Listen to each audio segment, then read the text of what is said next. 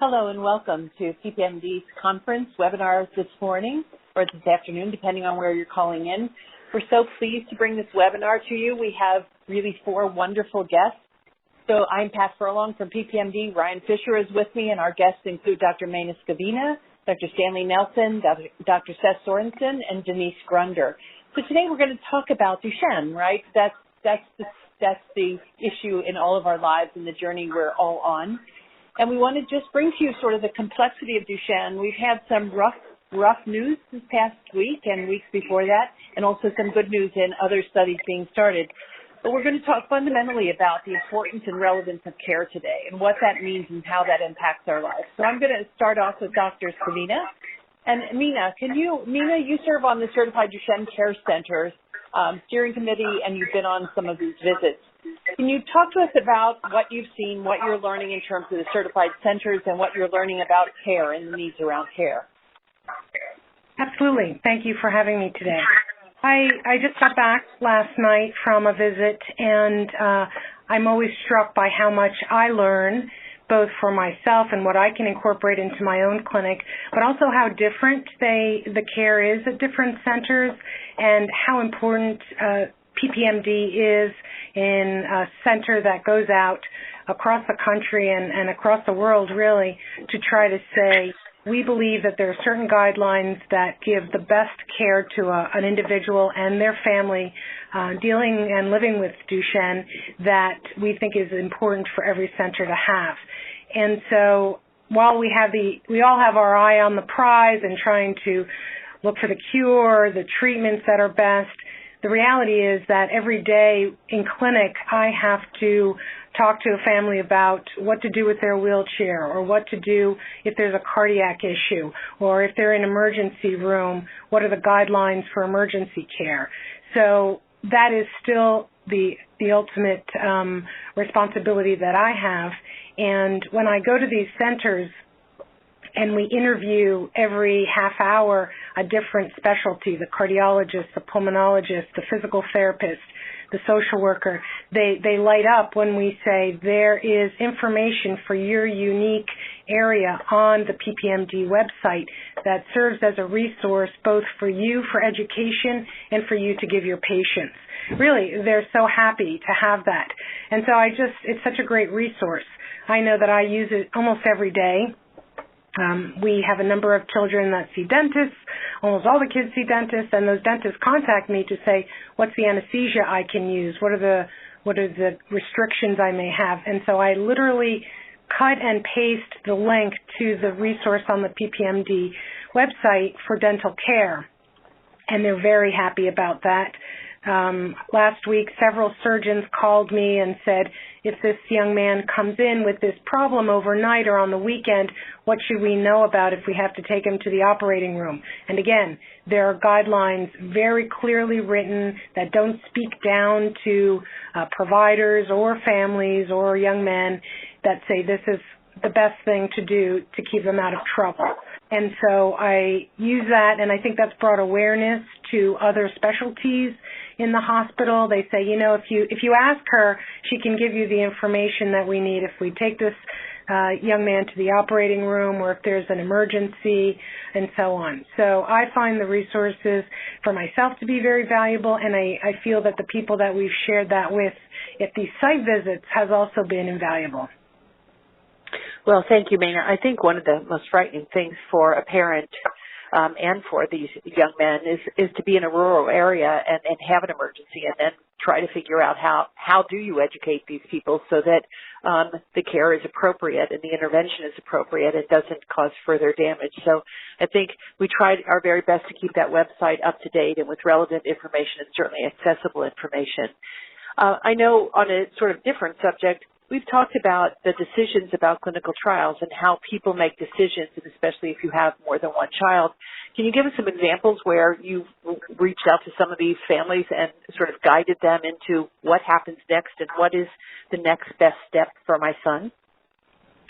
Yeah, sure. So having been in this space for over 20 years, it's really a whole new world, even for me, in which checking regularly for new updates is overwhelming. And even yesterday at a site visit, there was a dad who came to us with trials and information that we had to go back and look up while we were in the room with him.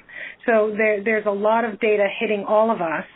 And I specifically have asked one of the fathers from our clinic, who's particularly on top of this and organized as our clinical trials point person, and he will immediately send me an email or a text and say, did you see that this trial was open, or there's an approval of this medication, or this was shut down?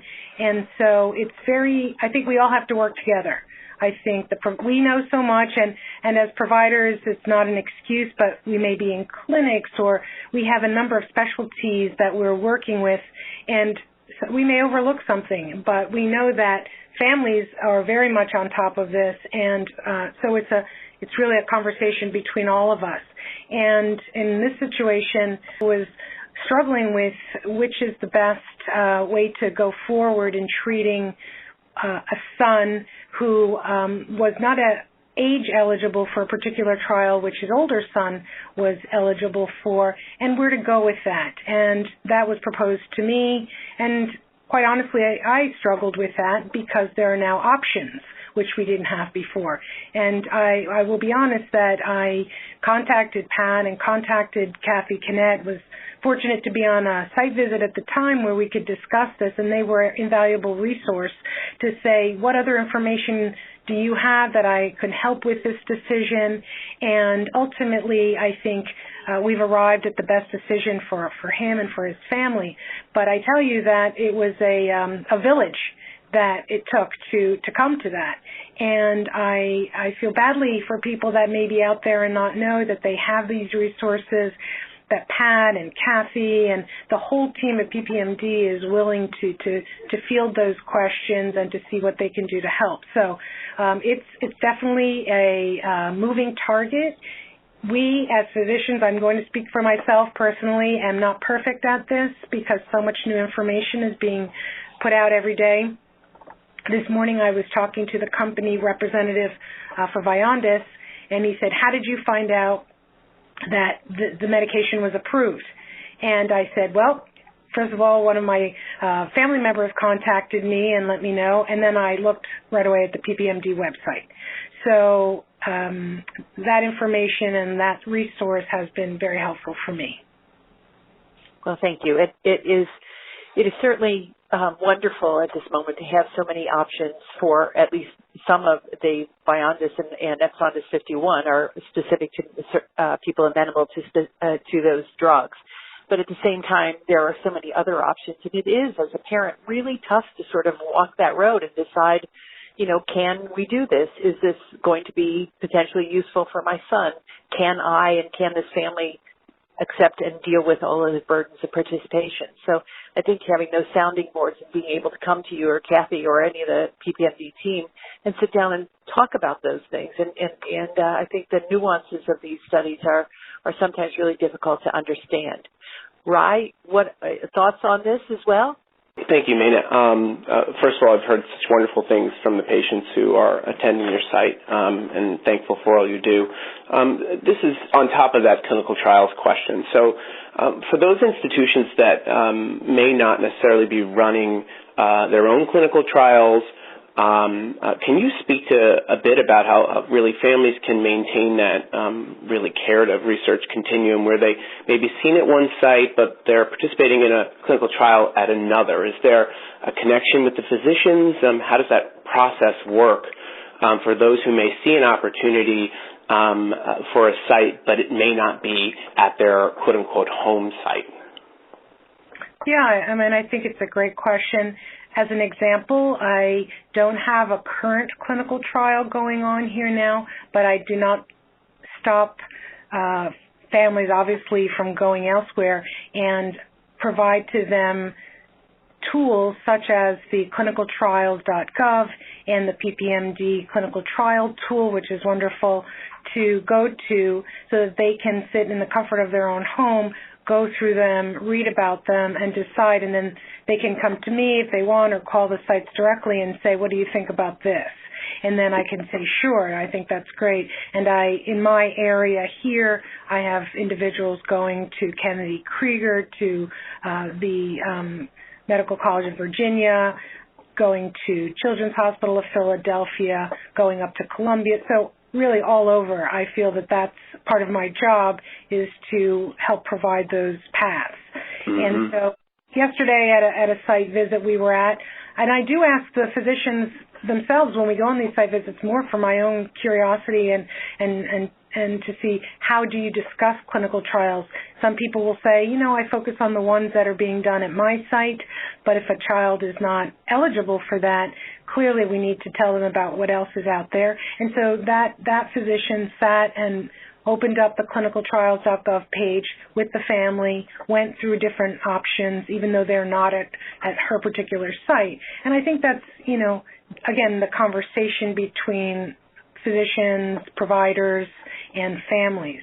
So we don't have all the answers, but I think to be open to say, I will find that out for you, or these are the sites that you can look at on your own, and then come to me with those questions.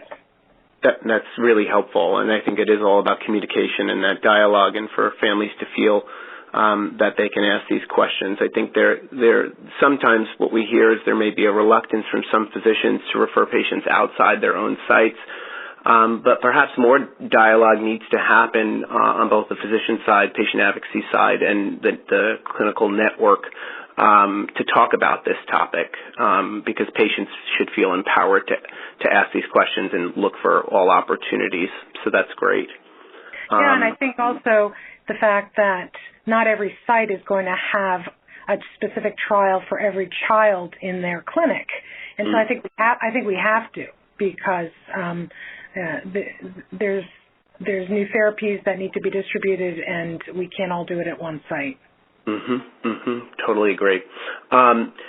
Switching gears just a bit, because we actually had a question that was submitted around care, and they asked, with the population that's growing older, thankfully, in Duchenne, they were wondering about how the world of care is changing, because as some patients are aging out of pediatrics, we've seen some clinics, thankfully, growing in their adult care programs. Do you think this will happen at more institutions, and where do you see this going? Yes, I think for some of us in pediatric hospitals, we may have an age restriction that we have to abide by. Say it's 21, for example, in my institution. I think, though, that yesterday in our site visit, the opening of adult certified care centers by PPMD hopefully will grow, so that there are adult clinics that follow the guidelines that pediatric specialists can then refer their patients to. And I think with new therapies and social media, when those young adults see that there are these new therapies and perhaps a clinic that can really talk to their needs, they may be willing to come back to that. I think there's often hesitancy with individuals transitioning from the pediatric to the adult. I've seen it in my own practice where kids or young men don't really want to go on to the next step, and I think that holds back therapies that they could be receiving. So I think we have to do a better job in the pediatric world of encouraging that transfer, that transition, to say there are new treatments that you don't want to miss, and with the therapies you've gotten, luckily and happily, lifespan is improving, and so you need the care for all those things that are coming down the road to improve your quality of life and make it a great life. And I think new care centers being established will be helpful. Yeah, I agree. And just a reminder to the folks who are on the line, you're able to ask questions or type in comments in the chat box, and we'll try to get to a lot of those questions. And one other one that came in to really close out this session is to ask you about, for those who may be seen at a center where after reading the care standards and looking at some of the things being provided, where a parent may see it falling short or not conducting something like an MRI or whatever the case may be, and wanting to advocate with that clinic. I know this is a tough question, and I don't want to put you in an awkward spot, but, just to respond to this person's question, how best can they advocate to ensure that the standards of care are being met, and what do they do? And that they're just wondering from their own perspective, their own personal situation. They've been reading about the care standards, and they feel they're not getting that adequate care. Yeah, I mean, it's tough. I'm certainly not perfect here, but I think there is a clinical survey that the certified care centers distribute and try to encourage families to fill out. So a family filling out that survey will give feedback to PPMD, and then that can funnel back to PPMD, and they can talk to those clinics and say, listen, we perhaps don't see cardiac MRIs happening or things like that. And so there's that avenue. I think talking directly to the providers, telling them that you're not particularly happy with a certain area of care that you are receiving or not receiving.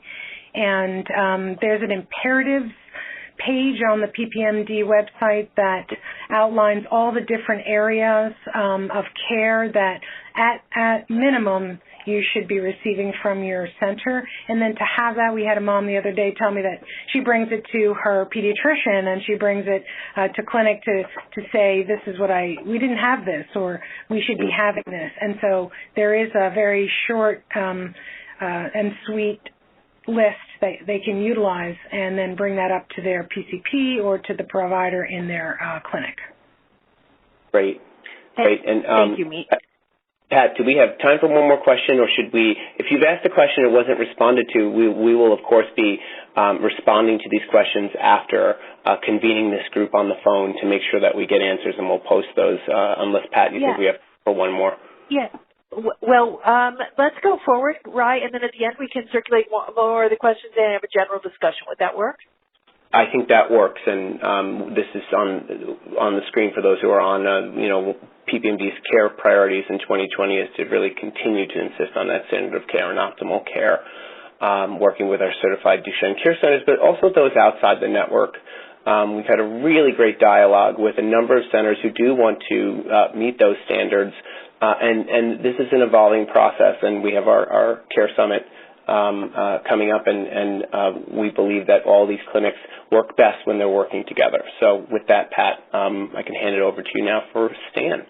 Yeah, thank you, Ryan. And I think it's really important to understand we do have an adult care center that has been designated certified in Missouri. We have several other applications that we feel like this transition is hard, but if you're transitioning to a group of people who also understand Duchenne, it seems to be an easier transition. So we will certainly continue to work on that. So over to you, Stan. Stan, I think one of the things that every patient and every parent gets really worried about is the idea of a muscle biopsy. And you and I have talked about the fact that skin cells may not be the best tissue to think about in terms of giving you the best information or the needed information. And you're working on needle biopsy, which would be done under local anesthesia, and really are recommending that standardized needle biopsies be used as a tool in Duchenne. Do you want to elaborate a little bit on that? Sure. Yeah. So I think there's a number of things that we've been missing in the field, and one of them is muscle biopsies in a very simple way. So even though the disease is a muscle disease, we have largely stopped performing muscle biopsies. And indeed, many muscle biopsies performed in Duchenne are somewhat inappropriately performed for diagnosis when it really didn't necessarily need to be done. So it sort of sets parents up for not trusting the medical community because they really didn't quite get to the full experts, even before getting a muscle biopsy. What that does is it makes it so that that muscle biopsy is actually much less useful for what we and many others want to do for downstream research processes. So, actually we've been at this a while now. So, I've been in this field a relatively young time. I'm an adolescent and 15 years into this field, and it's easy to see our deficiencies, if you will, and somewhat clear to see how we can move forward. So in the muscle biopsy world, it was very clear early on that it was certainly not necessary for diagnosis, and that's very true still. So most patients do not need a muscle biopsy for diagnosis. However, we do see people where their genetic report is not necessarily agreeing with their clinical presentation initially or what their disease course is being, and where a muscle biopsy actually would be quite useful for guiding clinical care. And I think that is getting to be more and more accepted, that even that simple statement is not necessarily, as we are moving forward with this, completely accepted. So these are things to sort of add into the care standards over time. What we saw as we were thinking about this years and years ago was performing open muscle biopsies is sort of intrinsically limiting because it's those who've had muscle biopsies, either as children or as adults, you have these very large scars. They're often not healing completely, smoothly, and easily, so they tend to be a bit atrophic and sort of are difficult scars, and many of the kids don't care, and many of the parents don't necessarily care, but it is an issue, and it also is a continual reminder of having done a more substantial procedure. So, but even when that larger procedure is done and a piece of muscle is selected, what each surgeon does, or each neuromuscular person, is different, and exactly how they handle that tissue is different, and that then affects everything that we're going to do with that tissue downstream. So when it's used clinically, it's almost entirely used for diagnostic purposes. So the whole world of what we look at for sort of dystrophinopathy muscle biopsies is all geared towards, can we do a muscle biopsy to help us diagnose? No question we can do that with a needle biopsy. But I think what's more exciting is when we have now implemented. So we started this about 3 years ago, and it's a 10-gauge needle, which is a huge needle. Looks like a Bic pen, basically. And but with a small 3-millimeter nick in the skin, one can insert this into the muscle with just local lidocaine, and sometimes causes a little muscle cramp when it's occurring, and it can be painful, which is why we use the local lidocaine. And we're working on ways to make it even simpler to perform. We've done it safely with what we call conscious sedation, where you put boys to sleep safely with monitoring, but with IV medicines, and then you can wake them right up from that. We've done it in wide-awake boys and adults. We've now done actually over 300 procedures in this time, so we now have quite an experience under our belt.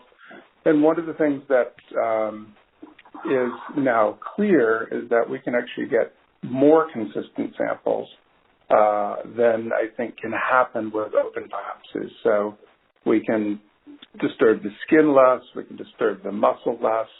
We can even go back to that same location of the muscle, months and months later, and resample the same muscle, which is something that's a bit more difficult to do with an open biopsy procedure, because you're sort of cutting through a scar area, and you're cutting through a place where the fascia has been cut through as well. So an open question was, could we get adequate amounts of muscle tissue of sufficient quality and handled in a way that was consistent, that it could completely replace open muscle biopsies? And it's, for some muscle groups, absolutely. So in the good news in the Duchenne space is you're biopsying the vastus lateralis, which is sort of the side of your thigh, the tibialis anterior, which is the front of your shin, or the gastroc, which is your back of your lower leg, are all quite easily accessible and safely accessible. So I think we're now at a point where making that technique as implemented is very worthwhile to do, and very worthwhile partly because we're going to need to serially observe dystrophin. We're going to serially need to observe the impact of dystrophin replacement in a myofiber, and how does that protect the stem cell that is not replaced with dystrophin. There'll be a host of different questions. When we do more of these biopsies in kids that are having an unusual disease course, the answers that come back from the muscle, from actually looking, are quite variable. We sometimes see alternate exon skipping that occurs naturally in kids, and they repair their gene, and they actually have some low-level in-frame message that was unexpected. We sometimes see kids that have a very high revertant fiber rate, and that's protecting their muscles. Other times we see kids with islands of self-repaired, or these revertant fibers, and other fibers that look quite healthy, and we don't understand yet why some muscle fibers can survive years, even decades, without any dystrophin, and other fibers die from lack of dystrophin. And so coupling these new muscle biopsy techniques where people are potentially more willing to allow their children to be biopsied, either for purely research purposes or in the context of clinical trials, or in the context of clinically following dystrophin abundance, are going to be ways that we should, with eyes wide open, move forward in partnership with our patients to do the best for our patients. How do we become more knowledgeable? But there's now single cell, single nuclei techniques where we can explore a tiny little muscle biopsy. So, think the size of a pencil tip, just the lead part, is sufficient for analyzing 10,000 muscle cell nuclei by some new genomic technology. So we can assay all of the immune cells in that. So we want to be simultaneously working on techniques that allow us to use less and less tissue, because that will impact how we go about biopsying, but then it wildly impacts how much data we can get per person, and each person has a story to tell. Sorry, that was all long-winded. Sorry about that. But it was really helpful, Stan. And you mentioned 3 different muscles that you would take tissue from. I guess a couple questions are all of those muscles going to give you the same or similar information? If others are doing muscle biopsies, are you standardizing this across? We've had the experience where in some studies they've taken open biopsies and they were not preserved appropriately, as you mentioned at the beginning, and therefore that was, we couldn't gain any information. And then with regarding to research and trials and care, if you're looking at a person's muscle over time, can you or will you be able to predict perhaps or better predict the outcome of how that person will proceed across the trajectory of their disease? Yeah, I think, so for your first part of the question, critical to doing a better needle biopsy is not just saying, we get enough tissue for diagnosis. That's a somewhat trivial question that's dominated the field for, 40, 50 years. Important, but trivial in our current environment. And so it was really the wrong question to be asking. But the one you just asked is actually the critical question is, can we reduce the likelihood that tissues can be mishandled and therefore useless? And this approach is not only a core needle biopsy, but it's then how do you process that? So for instance, when we choose a vastus lateralis, it's one nick in the skin, it's 3 insertions into the muscle. Each one of those come out as a cylinder, and those are cut into 3 pieces. So there's actually 9 pieces of muscle that are in the procedure room, immediately snap frozen in liquid nitrogen, and then stored in liquid nitrogen until assays are going to be performed.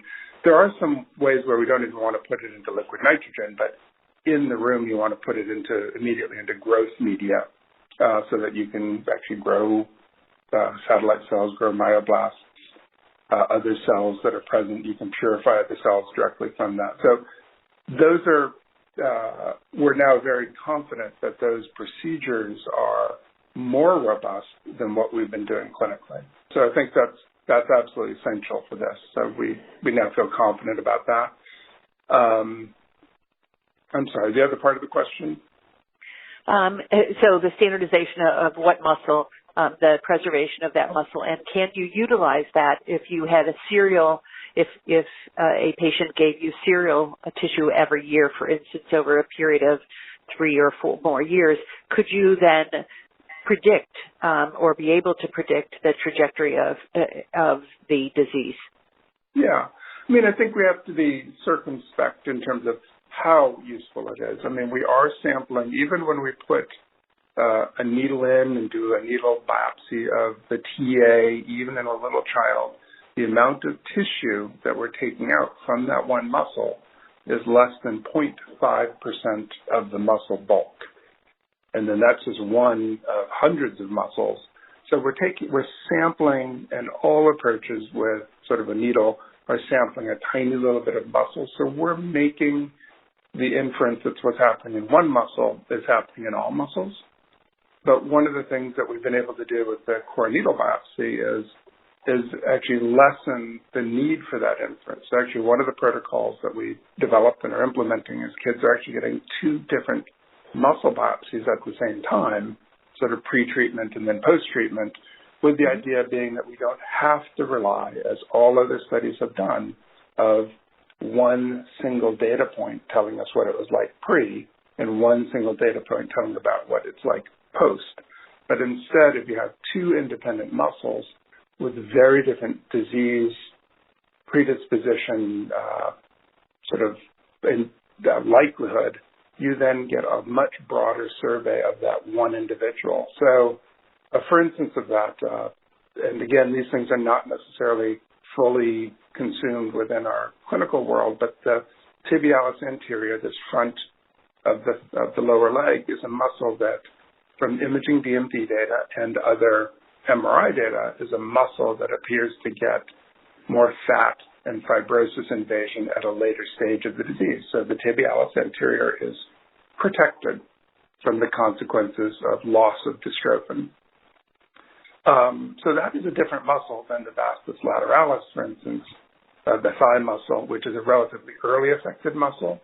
So we all see the effects in our kids and on our patients that the disease is not attacking every muscle equally. But if you take a muscle, if we were sampling the vastus, which is an early affected muscle, and the TA, which is a late affected muscle, and both are telling you the same thing about a given therapeutic, it's more powerful inference that every other muscle is having the same effect. There's also a need for developing sort of a single cell map of what does muscle look like. We do not understand why the tibialis anterior is protected and the vastus lateralis is early to be affected. And those seem to be intrinsic properties of how muscles develop. So we can learn those things potentially not by studying Duchenne and Becker, but we can learn those by studying individuals without dystrophinopathies, partly because the inference is that your muscles are just differentially susceptible to different gene mutations and the downstream, muscle disease that's caused. So we actually have a whole group of young UCLA students that are, I'm not sure how happy they are, but they're willing to come give us a couple of different muscle biopsies and learn, what are the differences between muscles. So we just have a tremendous amount to learn, and this is barely scratching the surface.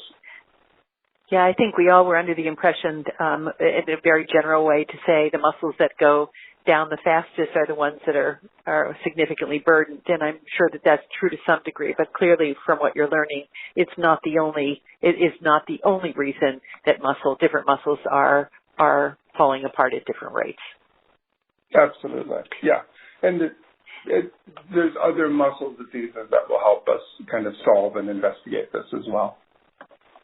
So last question, and then I'm going to turn it over to Ryan. The female carriers are always interested and willing to participate in studies, and clearly last year you were participating in our meeting about the carriers who are having skeletal muscle weakness or early cardiac signs of disease. Would it help? Would it be useful for you to gather some carrier muscle in this study? Would that be something that could inform, or do you feel that depending on the age of the carrier, that may or may not be informative? Yeah, I mean, the carrier female group is definitely worthy of study, right? So we know somewhat inadequate amounts about the disease process, but, many carrier females and animal models of carrier females because muscle's a regenerative tissue and can turn over and does turn over, especially in the context of muscle damage, there's the possibility of self-repair in carrier women, which I think we observe clinically, as we've discussed at that meeting, that often women who are found to be carriers have an earlier childhood sort of mild phenotype that actually improves over time. I think it's not clearly the place to focus most of one's resources on, but I do think there's important information to learn from that. We would be sampling, for instance, from any needle biopsy of a carrier female, some satellite cells that are not turning on the dystrophin gene, some that are turning on the dystrophin gene, and those satellite cells are sitting very close to each other, sort of generally randomized across that individual's muscle tissue. And we now have the tools to explore what are those muscle nuclei that are genetically almost identical, with the exception of which X chromosome got turned on, which got turned off. And those are opportunities to learn in a very tightly controlled, because we're looking within an individual and comparing their individual cells with each other's, once we can devolve the data down to single cell data. So there's just a tremendous number of things that we can now start to explore. Even those techniques are in their infancy. We have a lot to do to improve those techniques on the molecular side. Well, thank you for doing that, Stan. I do think we have a lot to learn here because of it seems like the more we know, the more questions we have. So I can appreciate that, and I hope we can all learn and accept the idea of a needle biopsy, especially that would be really a learning tool for us to understand both in trials and research as well as clinical care. Ryan, I'm going to turn it over to you with questions. Yeah, thank you, Stan, for that. And I just want to switch gears a little bit to the Duchenne registry, which we've been lucky enough to have you be a part of and even analyze some of the data. And as we're now launching into a new platform and expanding our efforts to even capture electronic health records, I was just wondering if you could speak to really the power of patient input and patient data and what you even learned from analyzing or looking at the Duchenne registry. And I think this also speaks to what you were talking about before with people participating in needle biopsies. What we've been advocating for is really the patient community becoming citizen scientists and being involved in research in many different ways, and the registry is one of those. So I was hoping you could speak to that. Absolutely. So I think having created the Duchenne Connect and now Duchenne Registry, it's quite a unique resource and very sort of visionary. So when you guys first did that, I was very happy to use some of the ways that we think about data to jump into it. And, still to this day, so we published a paper it was a shockingly hard paper to publish, which is partly because data was self-reported by patients. We had lots and lots of data points per person that then we were interpreting to try to get back to what was the consequence of a given patient-physician action. But we learned really quite important and profoundly guiding things from our very first look at the Duchenne Connect data. So back in 7+ years or so when this was launched, we were able to take your first 1,000 patients, and it was a different structure then. So actually the structure is clearly superior now, and the data will be even cleaner heading into the future. But we could observe, what people were doing across a very large swath of U.S. Duchenne patients in terms of a simple thing like steroid usage. So at the time that we did that study, published in 2014, there were a third of the patients who happened to be on deflazacort. There were a third that happened to be on prednisone, and there were a third, surprisingly, that were not on any steroid at all. What we could look at was control for all the variables in the data set. And it was the first study that demonstrated in a large sample set, still the largest, that not only were there potentially some differences in side effects between deflazacort and prednisone, but there's strong evidence from long-term observational data that deflazacort, those that were on deflazacort had a higher age at loss of ambulation than those that were on prednisone. Those data were actually led to what Synergy was able to do across their smaller data set, but where they had different type of data accrued with that. So they could look at sort of total time of exposure of deflazacort and prednisone, be more sure about the exact regimen that people were on. And their data really confirms what we were able to see in Duchenne registry data. And then as well, it stimulated what people have been able to do at looking at the control arms of various clinical trials where the request is people have to be on steroid. So everybody's on steroid. There's no negative control. But many people were somewhat randomized onto either prednisone or deflazacort, and they could also see that same consistent signal. So we've already experienced Duchenne registry data being at the cutting edge of how can we explore this data, how can it find new novel data that then can guide the entire field to how can we look at other smaller data sets that might be collected in a different way. And this is going to go in many, many different directions, of course, and the more robust that we can collect data within the Duchenne registry, the better all sorts of data scientists can jump into use. And people will be very excited about using these data. I'll comment that, in our own Institute for Precision Health at UCLA, there's a huge interest in using electronic medical records, but electronic medical records are not necessarily always collected in a way that's systematically useful for data scientists to make useful inferences across our medical records. So one of the things that what we want to do is try to make it that what we do in clinic, and we spend all the time phenotyping patients, is as seamlessly as possible with patient and family's permission, put into this alternate engine that allows us to join the data across hundreds or thousands of other Duchenne individuals to make much stronger inferences. We have all sorts of questions, right? Do nutritional supplements help? The combinations of nutritional supplements help? We'll never do adequate clinical trials, which is why we have lots of inadequate clinical trials, which don't really address the question because they're not super strong clinical science. So we need an alternate structure for addressing those sorts of questions. And I think actually Duchenne Registry will be a spectacular way that we all can jointly learn about these things. And it's a very quick feedback loop, right? Because it can also be the engine to return those inferences back to people. And true citizen science, right? Lots of people could look at these data. Yes, totally agree. I appreciate that. And we are seeing folks join on to the new platform. It's now an app-based platform, and we're continuing to modify and grow the tool.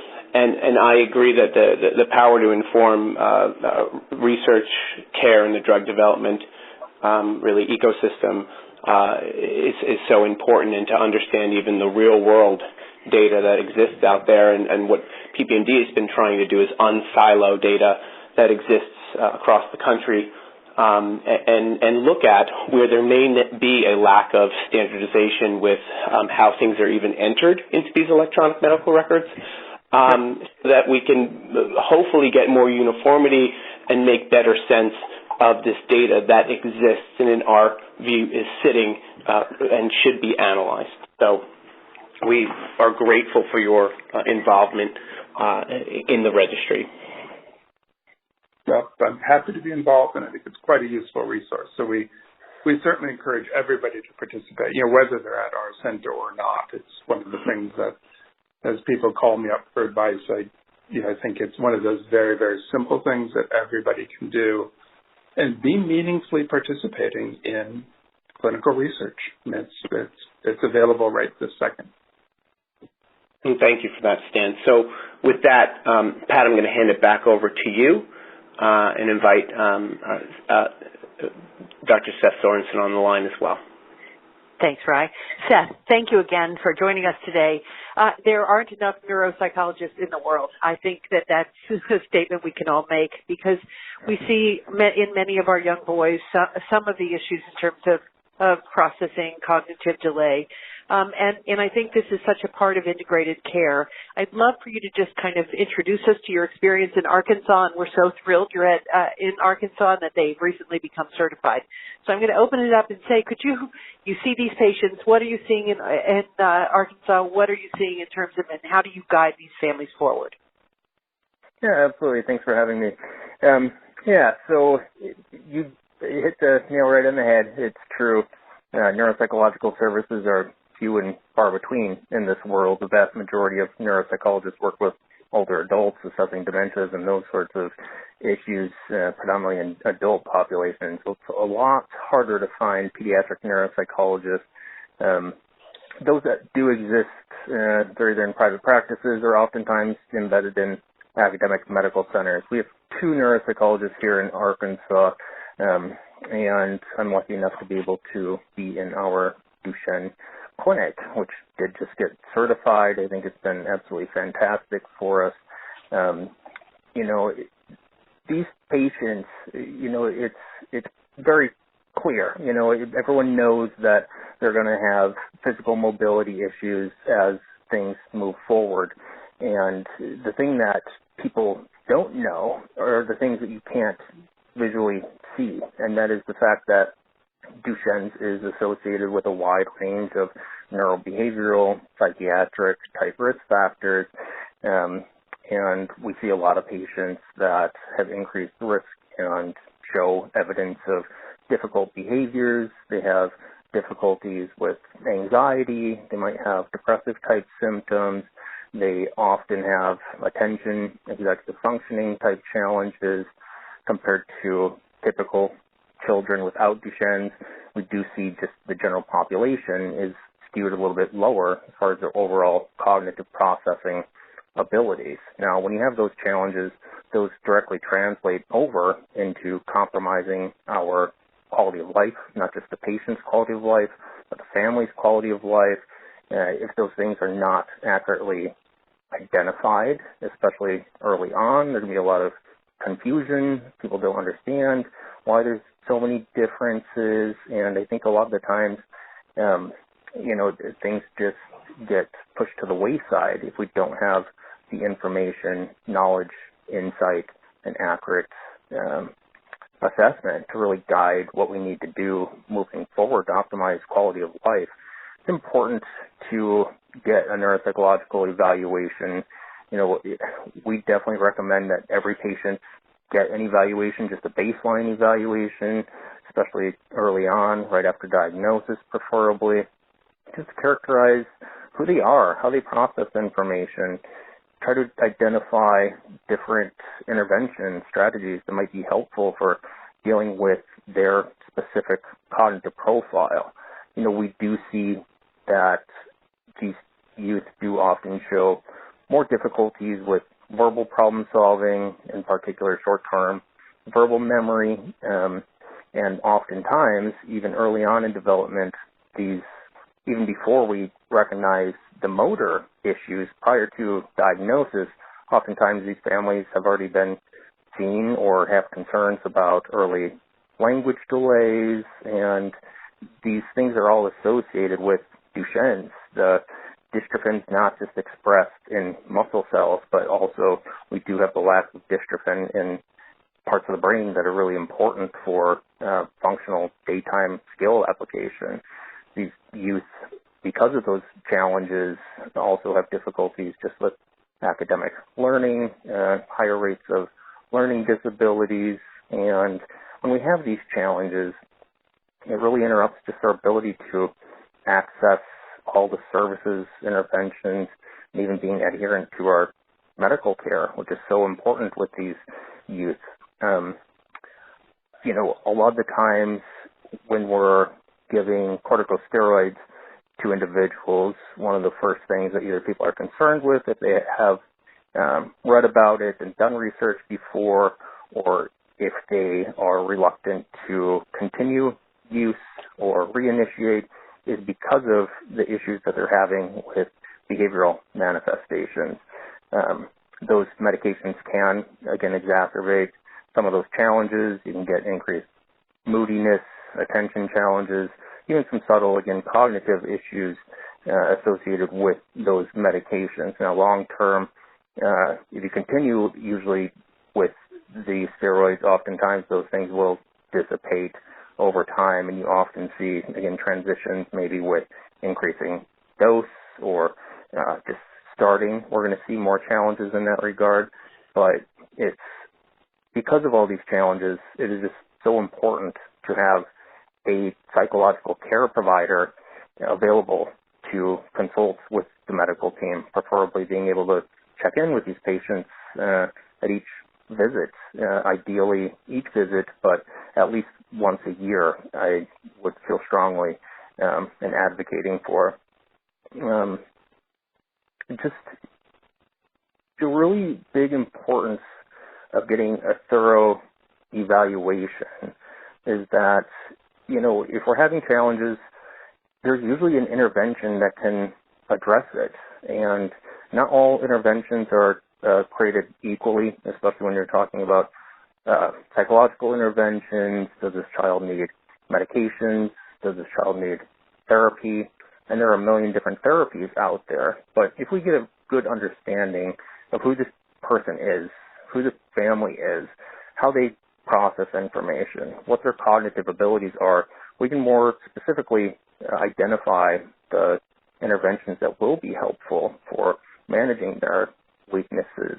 Weaknesses that, again, occur in everybody, just unfortunately, again, we do see some issues more prevalent in these boys.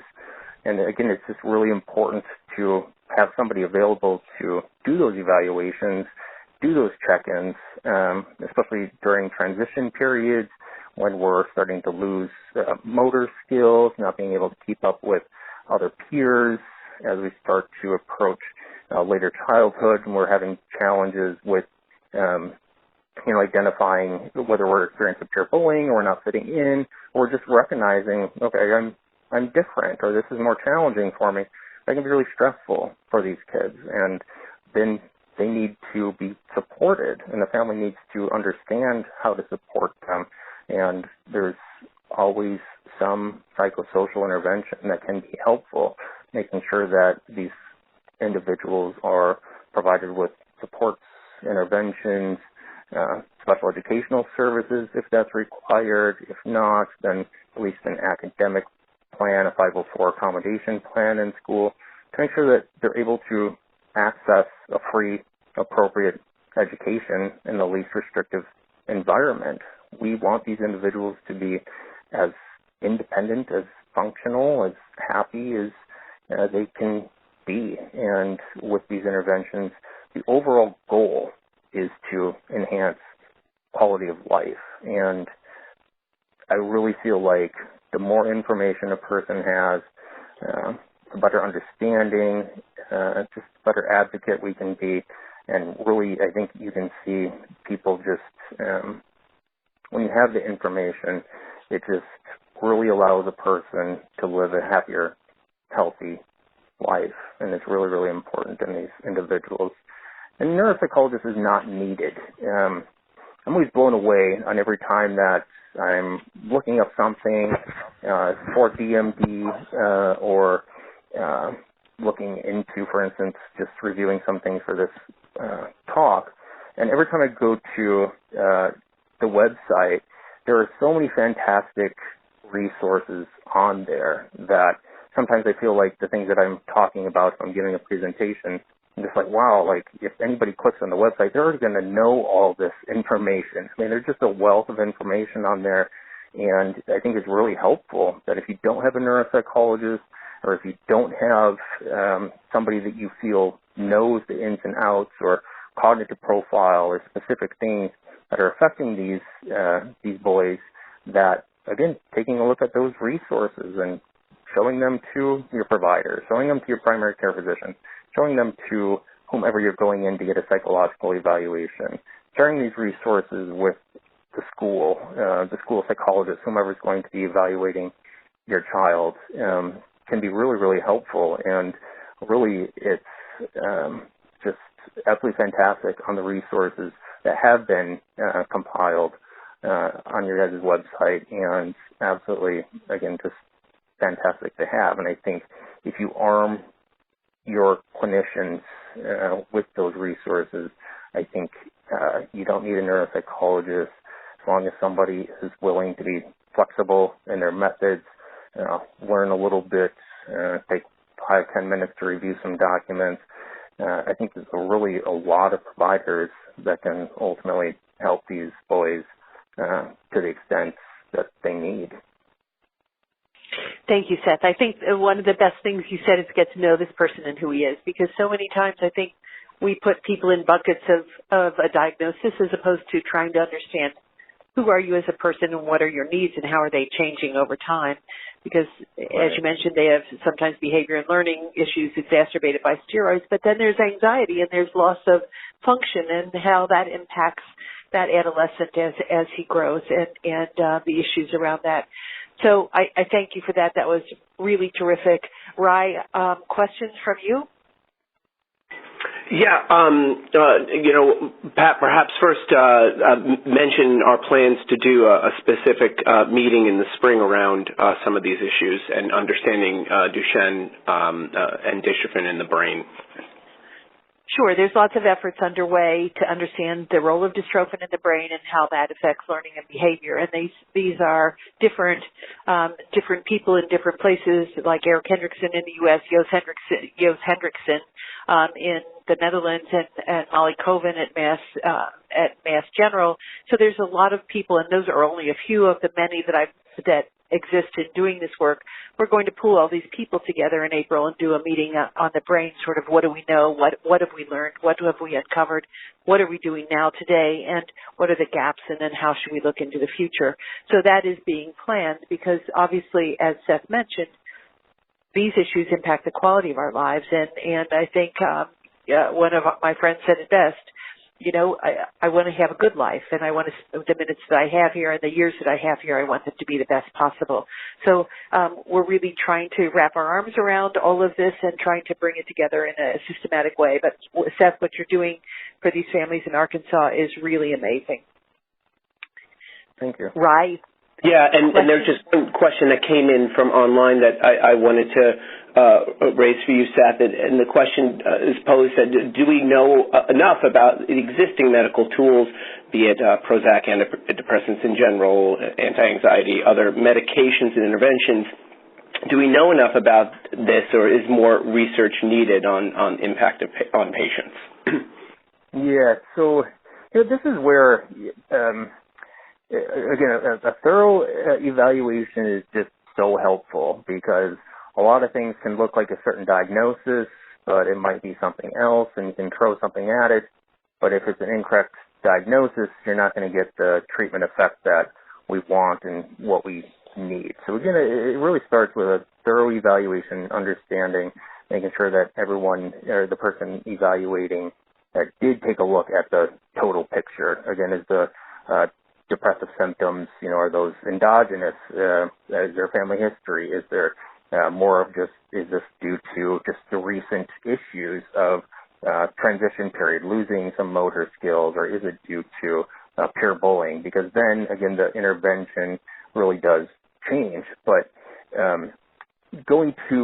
speaking to the research, unfortunately, and this is true in pretty much any field, any specific population we're talking about, psychological care, neuropsychological care, there is just an extreme lack of research in order to really help continue to advance our understanding. I've been very pleased with the research that is out there right now in these boys, but really what I would really like to see in the future, and we've definitely been talking about it here at our care center, we've had talks about it, is really looking at, again, we need more information, looking at the brain behavior relationships, we're going to need more research looking at how brain imaging is associated with the actual functional differences in these boys.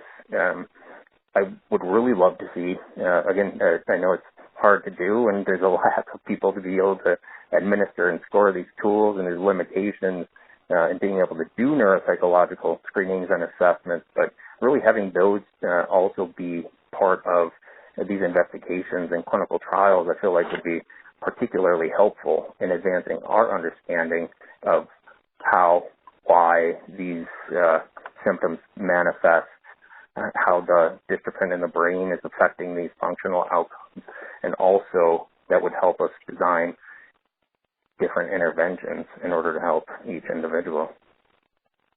That's great. That's really helpful. And I know we're going a little over. I think that speaks to the need to have more conversations like this. I want to now just turn it over to Pat and Denise for the final talk in this series of talks.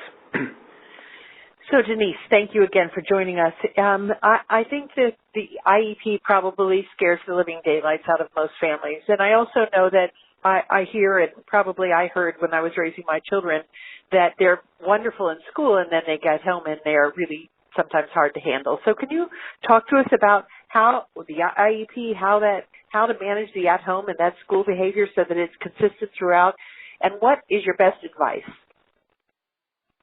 Okay. Well, I'm going to just start cloning Seth, and then he's going to be in every state, because that is my best advice. Because if we would have more help in diagnosing, I think the families would have a better start. So to begin with, what we say at our school, we have children with on the spectrum, we have just some language delay. All we ask is keep a notebook. If every parent keeps a notebook of morning, noon, and night, where the medicine is affecting us and where we have more outbursts, that helps us totally look at the whole picture of that child. And then we can go back to the physicians and say, this is where we're losing it, and it's right before lunch or it's right after lunch, and they can help us. We also ask that you see a speech and language pathologist for some eating and feeding strategies, because we find that many of these children have sensory issues, and then the food is bothering us, and then we're not getting enough nutrients, and that has some effect on some of our outbursts. So notebooks are so important. We also have started in the last couple of years asking someone to observe you as a parent. We are struggling to keep our head above water as is with the diagnosis, but then we kind of ignore the behaviors, and if children are brilliant, they know that all they have to do is keep writing you, and then you'll finally give in and let us have 6 scoops of ice cream.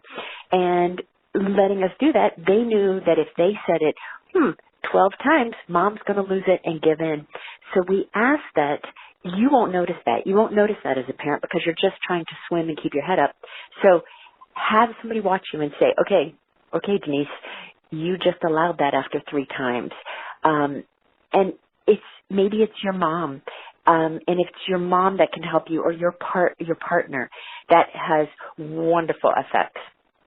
We we don't like the word no, so we don't want to say it. And if we don't say the word no, then our children are very happy. But we've got to start saying no at age 2, period. I can't say a whole lot in a group setting like this because I don't know your child. And as Seth said, you have to know that child individually. You have to know the parents. And if anybody wants to sit down and talk, I can talk to anyone individually about their age of their child and what we can do. Some children like positive reinforcement, some like negative. I shouldn't say some react to positive versus negative, or the opposite. If school is going well and home's not, that tells you something that you're doing. If school's not going well and home is, that tells something that school's doing, and it's stressing them out. So we've got to get to the root of that. And again, that's sometimes just a clip-up chart that goes from home to school and school to home. That will help us with our IEP, our motivational chart, our rule charts, where we can just teach children what a rule is. We have to chunk homework, and we got to let them have their little meltdowns. And we're so worried that, oh my goodness, he's crying. I've got to solve his problem. Let's eat a donut. We can't do that. Every house should have a timeout area for mom, dad, and kiddos. So again, individually, I can answer a lot more questions, and I'd be glad to do that for anyone. You can just get in touch with PPMD, and I'll be glad to help one-on-one. How's that? Yes, Denise, that is wonderful. I think I'd actually like a timeout place in my home as well, even still. But I guess one of the things that parents will say is, you know, what in a notebook when you're asking me to record something morning, noon, and night, what are you asking me to say about my child? He's losing it, or I'm going to run away, or you know, what is the information that will help you understand what's going on in this house? What time we're melting down, what time we're frustrated, and what we did on certain days. Our diet, we find, is huge. Some people are even stopping like a red dye.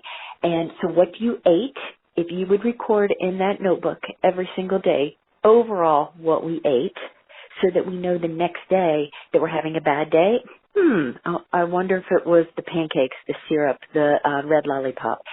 So we kind of ask for, again, every notebook might be individualized, but if we're just asking for a generic notebook on a kiddo, we ask for dietary and our behavior outbursts. Some children will start hitting, and when did they hit? When did they start acting out? When did their the volume of their voice got louder? We start watching that because that shows some of our other signs of the ADD going on. But anything you can think of what is a bad day, kind of start journaling. And then as your teachers / psychologists, neurologists, they can start asking you to add more to that notebook. But when I go to have a child tested, you're starting with a blank slate. But if you could tell me in that notebook what all has been frustrating to parents and teachers, then I can start honing in on what to look for when we're having you test with our psychologist. Well, thank you for that. And Denise, how do you take these kinds of notebooks to the IEP? How do you inform the teachers about this? I think parents have to be their own advocates. Obviously, they're with these children 24/7, other than seeing their neurologist or their care team several times, once or twice a year. They have a Seth at not all institutions, and we can't clone him today. You know, they see this integrated care team. They see the MANAs, and they see the STANs, and they see the CIS once in a while. But after all, the behavior is in my house 24/7, right? So how do I inform the care team or the IEP team by bringing these notebooks? Do you think that would be helpful? I love taking the notebook with you. However, I also love, like, for example, if you were at our school, we will send one of our teachers or therapists, OT, PT, speech, or just one of our special ed teachers. We'll send them with you to the next school for the first, second, or third IEP meeting so that they can help describe that child's behavior. Sometimes as a parent, face facts, we don't see everything that's going on in our child because we don't want to. We want to keep our eyes closed to his little outbursts or his, his eating issues, whatever it is. That's a little embarrassing sometimes, a little frustrating. So we don't want to always, and we don't notice it because that's a minor point compared to everything else I'm dealing with. So if you can ask a teacher to go with you, the lady next door might be a teacher. As I had a child with medical issues, I always took one of my sisters who was nursing, etc., to every appointment so they can help me decode all the medical words. Take a teacher with you that's a next-door neighbor or a friend or a preschool teacher or just your second grade teacher from last year that you loved. Ask them to go with you. Buy them a Starbucks. That's how people can give back, and they want to. Ask them to go to that appointment with you, and they can help fight for that IEP and what your child deserves. Because you as a parent, you're clueless as what that school could possibly do for you. Take the notebook. Well, I think it's also hard because when you have a diagnosis of Duchenne muscular dystrophy, it's hard to peel apart what is behavior that is just because of my child and his genetics or his emotional status, and then it is what is where's Duchenne begin? Where's this boy begin? How to separate the two? Because often it is, oh, you have Duchenne, I'll give you the donut. That might have been some of what I did over time, right? Because I was feeling really sad. So maybe it was a way to try for even a moment to change that feeling inside our house or inside the family that day. So how do you peel those two things apart? That's huge, and that's our problem. But just remember, a child is a child with the diagnosis, without. Take that diagnosis away and treat them as much as you can like every other child in your house or the child down the street if they're an only child. But if you know darn well how your mom raised you, that, they're supposed to be told no, you can't go into Cece's Pizza and have as many quarters as you want to just keep flipping in those machines. The more we say no at home, the better off they are at school, because when that teacher says no, then, we have a little meltdown because I don't like the word no. So as more than you can say it at home, that child knows that word, understands that word, and doesn't get everything he wants. And it really does slow down some of the meltdowns. But yes, it's too easy to give in to them. Keep the word no, first word in your mouth. But you gotta let them have a childhood as well. But you just have to try to keep a normal childhood in terms of behavior. And I think one of the things that you said to me a long time ago, and you probably don't remember saying it to me, I think I probably was falling apart, and you said to me, Chris and Pat are still Chris and Pat. So that's right. Yeah, and I had to treat them as little boys. That the Duchenne part was more information that I had. It wasn't relevant to who they were as human beings. So I'm really thankful for that. One last question. I'm going to turn it over to Ryan. Observing families in their home or observing parents, do you go in there and sit for a couple hours? And I would be pretty uncomfortable with that, but how does that look? It is, but we have finally had most of our parents really open up to this and say yes, because you're finally losing it, and you're not getting anywhere, and you're pulling your hair out, and then your marriage starts to be affected and everything else because, it's a stressful household. But if we just come in and watch how you do dinner, and we maybe just eat dinner with you, and then we follow through wherever your time is stressful. For example, lots of parents will say bedtime is a disaster at our house. Well, of course it is. I don't want to go to bed. I like to stay up and have fun. So let us come in, let someone just watch your responses to your children. We talk too much.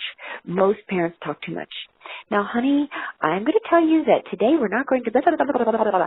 And so we tell the parents, shush, stop saying all that. Cut your words to a minimum. No, we don't do that.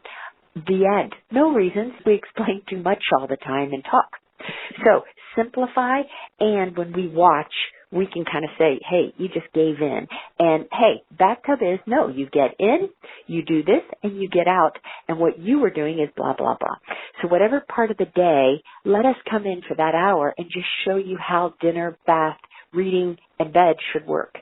And then let us come in another time and help for another different time, which is stressing everybody out in the home. Thank you. Rye, questions that came in? Yeah, so I think that just one question, and I know we're way over, but just one question to address is the impact of all this on siblings and the family unit in general. And you touched on marriages, but perhaps you could touch on the sibling kind of dynamic, because often they are seen to be a help to the parents, but I think it also seems like a burden to them, that they feel a lot of pressure to keep the family together. Yes, it happens all the time. And then they're stressed out because they're used as role models. See, Denise is perfect. She doesn't throw herself down on the floor in the middle of the mall. And then, so now I never can have a meltdown because my mom is always using me. And, gosh, I got to be perfect. And then that calls for a little stress. It's kind of like the same thing with A's in our house. I was always the one that didn't get the A's, and everybody made sure I knew that. Therefore, I carried that complex, still do. So it makes a big difference to compare children. So the only things we do is ask that you give special time, get the heck out of there with the sibling, and go do something just the two of them. As you do something with just your Duchenne child, do something with the child that doesn't have that. Go somewhere, make it special. And then the older they get, it will be more understanding. But we deal with this all the time. Just try not to compare them. But rules are rules at your house. And that's why we have a timeout room. Everybody goes to the timeout area not just the child that's melting down, because everybody melts down at one time or another. But that's a hard one, and every family is different, and I can help on an individual basis, but usually not as a group. That's a hard one to address, and I'd be glad to take those individually. Well, thank you. Yeah, this is certainly a condition that impacts the entire family unit and ripples throughout. So thank you for all that good advice, and I agree. Parents that have connected with you have found it to be so helpful. So, and I just want to close here with the fact that diagnosis, you naturally become a different type of advocate for your child, and we've really touched on this throughout the talks about advocating for care and advocating for educational needs and needs to address your child's behavior. And there are other types of advocacy, and one of which we feel has been very powerful in impacting all the works being done in research and care has been advocating at the federal level in order to ensure resources from the federal government are put towards good use and focused on Duchenne in a strategic way through the agencies that touch the disease. And those are the agencies like the Center for Disease Control, who have really helped to put out the care guidelines in a collaborative effort with experts as well as advocacy, which were updated 2 years back, and as well as the research landscape through the National Institutes of Health. We've had a lot of success in the last close to 20 years. We've been on the Hill with a group of advocates every year talking to members about our needs, about the gaps that exist, about how those federal agencies can impact the research and care landscape. We had good success this year. We're about to announce the results online to everybody about the efforts from this year impacting funding for next year. And we're gearing up to put out registration for the Advocacy Conference in 2020, which will take place March 1st through the 3rd.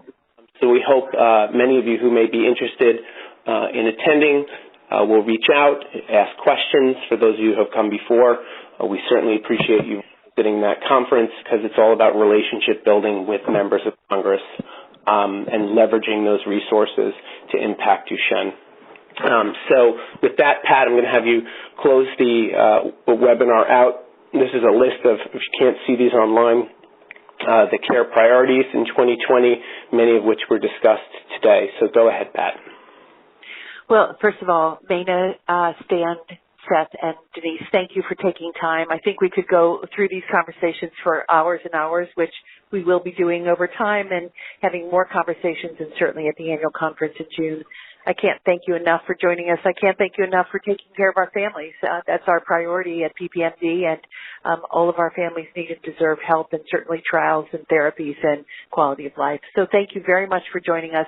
Have a wonderful holiday season, and we will see you again in 2020. Thank you very much.